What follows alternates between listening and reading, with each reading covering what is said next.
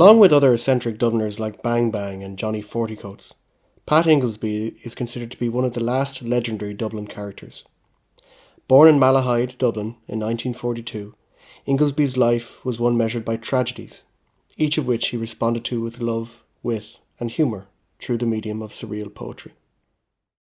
When he was only 2 months old, Ingoldsby contracted polio, an ailment that would plague him for the remainder of his life. After a short-lived career as an insurance clerk in the 1960s, Ingoldsby embraced what became known as the hippie movement. This was a time of revolution and reform, of challenging the status quo, a principle that is echoed throughout each of his collections. Despite the liberating spirit of the 1960s, Ingoldsby experienced a lot of mental anguish, depression, and anxiety. In 1965, he was interned in a psychiatric hospital, what would become the first of many internments during which he was given electric shock therapy. That same year, Ingoldsby had a breakthrough in his literary career, writing scripts for the Irish Broadcast Service, RTE, including the play The Dark Days of Denny Lacey. He even worked as a DJ and was given his own show, Saturday Spin. Eventually, in 1977, Ingoldsby put together his first collection of poems. You've just finished reading this title. He continued in this vein for some time, performing in children's TV shows, writing plays for the stage and for radio, publishing books of short stories, and writing a newspaper column. Eventually, in the 1990s, he withdrew from the media while continuing to perform his poems, albeit for a few years. He began selling his books on the streets of Dublin, and in 1994 established his own publishing house, Willow Publications, when he self-published How Was It For You, Doctor?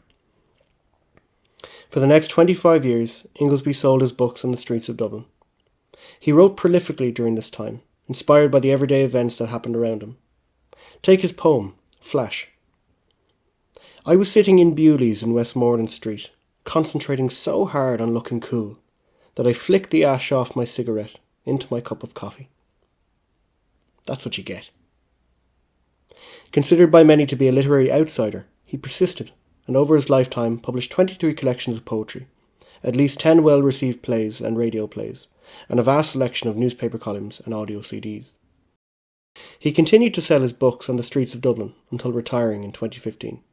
His regular haunts were College Green or Westmoreland Street, and despite being a familiar character, he would be regularly asked to move by police. Over the last 10 years of his life, he became increasingly reclusive due to his lack of mobility. In 2021, 4 years before his death, the Museum of Literature, Ireland, published a beautiful hardback copy collection of selected poems. In Dublin, they really tell you things. He passed away peacefully in a nursing home in Clontarf at the age of 82.